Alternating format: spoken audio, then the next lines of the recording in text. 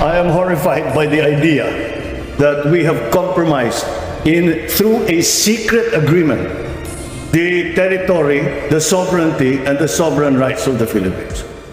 The image of the dead, dead ends in my mind.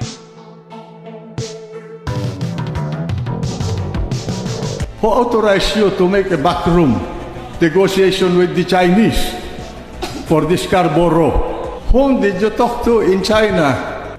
I don't need to report to the Senate President, Mr. President.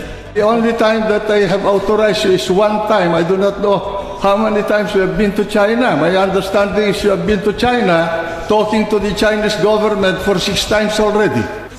15 or 16 times. Yes. For what reason? We do not know. Are you becoming a fifth columnist of the Chinese in this country? I'm not obliged in any way to I think you have a duty to inform the I'm people. not-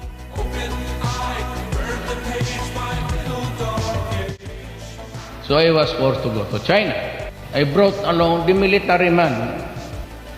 In that meeting, I said, I want to go to my territory to dig oil because that is ours. Ang sabi ni President Xi, you know there's a conflict there. Rather than go there and have a confrontation, but you know, a squabble there could lead to something else. Perhaps we can talk about this.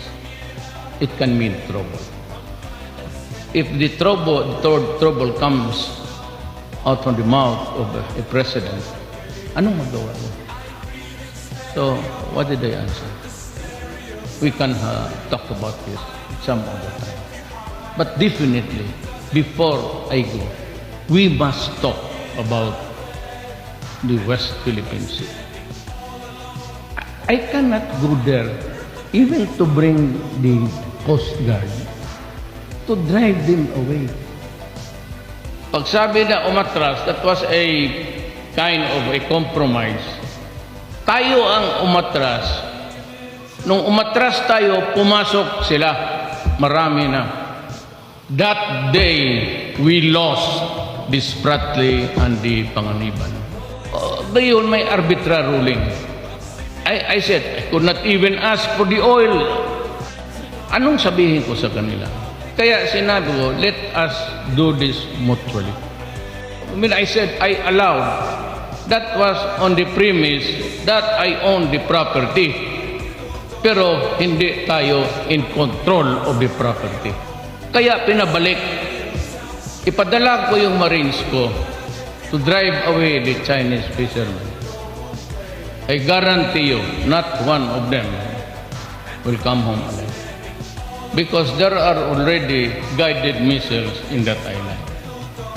And the fastest that they have installed there can reach Manila in 7 minutes. You want war? Pinaghahandaan ni Pangulong Bongbong Marcos ang hukbong Santa Tahanang Pilipinas laban sa mga anyay external threats o mga banta mula sa labas ng bansa.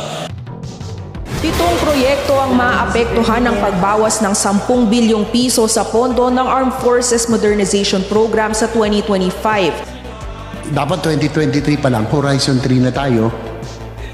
That focusing on our external defense already. Dapat 2023, especially now with the precarious situation in the West Philippine Sea. As I mentioned earlier, we are not here hindi naman natin na ambisyon na tapatan po ang China in terms of military might. Sila po ay superpower, tayo po ay third world country. Gusto nila na to take a strong hand. By what? Strong hand by what? Ilagay ko ang Navy doon tapos pagdating ng Navy ng China, which is 1,000 times stronger than us, will I put my soldiers there on this slaughter? Kaya nga, I took the pains of just being patient and being humble. Di ba ka lumaban? Lumaban ka keyboard warrior. Puro ka lang sa keyboard na lumaban tayo, lumaban. Labanan ito, hampasan ng keyboard.